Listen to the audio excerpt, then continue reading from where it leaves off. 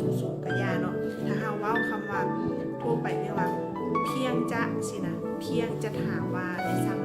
สินค้าตัวนั้นตัวนี้บ่สิลูกค้าจะรู้สึกว่าเฮา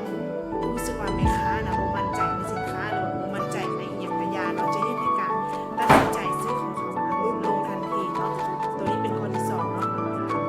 ข้อที่3เคล็ดลับข้อที่3คือว่าห้ามเมาเนาะนั่นก็คือหลังจากที่ลูกค้าทำดอกสมอทั่วไปฮัลโหลห้ามฮัลโหลค่ะได้สั่งซื้ออันนี้บ่ได้สั่งซื้อสบู่บ่ได้สั่งซื้ออุปบ่ได้สั่งซื้อเอสบ่หรือสั่งซื้ออีหยังก็ยาเนาะสินค้าที่เราขายจะเฮ็ดให้ลูกค้ารู้สึกว่าโอ๊ยคำว่าซื้อเท่ากันกับคำว่าจ่ายเงินเขารู้สึกว่าซื้อเท่ากับการจ่ายเงินเนาะฉะนั้นเขาจะรู้สึกว่าเขาจะเสียเงิน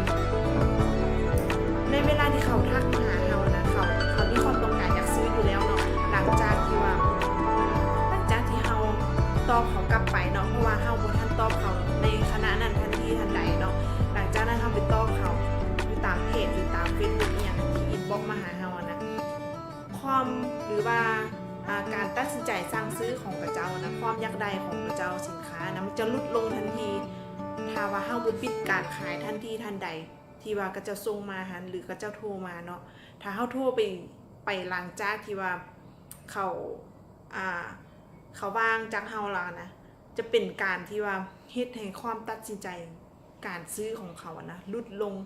เกือบ 50% เลยเนาะอันนี้แม่นประสบการณ์จริงและเทคนิคที่คุณน้องไซส์มาเนาะคือ3ข้อห้ามนี่นะห้ามเว้าเนาะทุกคนเนาะมีแต่ไผที่ว่าเคยเว้าหรือเคยเฮ็ดอยู่เนาะก็เอาไปปรับไซส์เนาะเอาไปปรับเปลี่ยนได้เนาะ3ข้อห้ามเนาะเอาไปปรับไซส์เนาะวิดีโอนี้คุณน้องขอจบเท่านี้ก่อนเนาะคุณน้องจะมาให้คำอธิบายหรือว่าข้อคิดดีๆย่อยๆเนาะ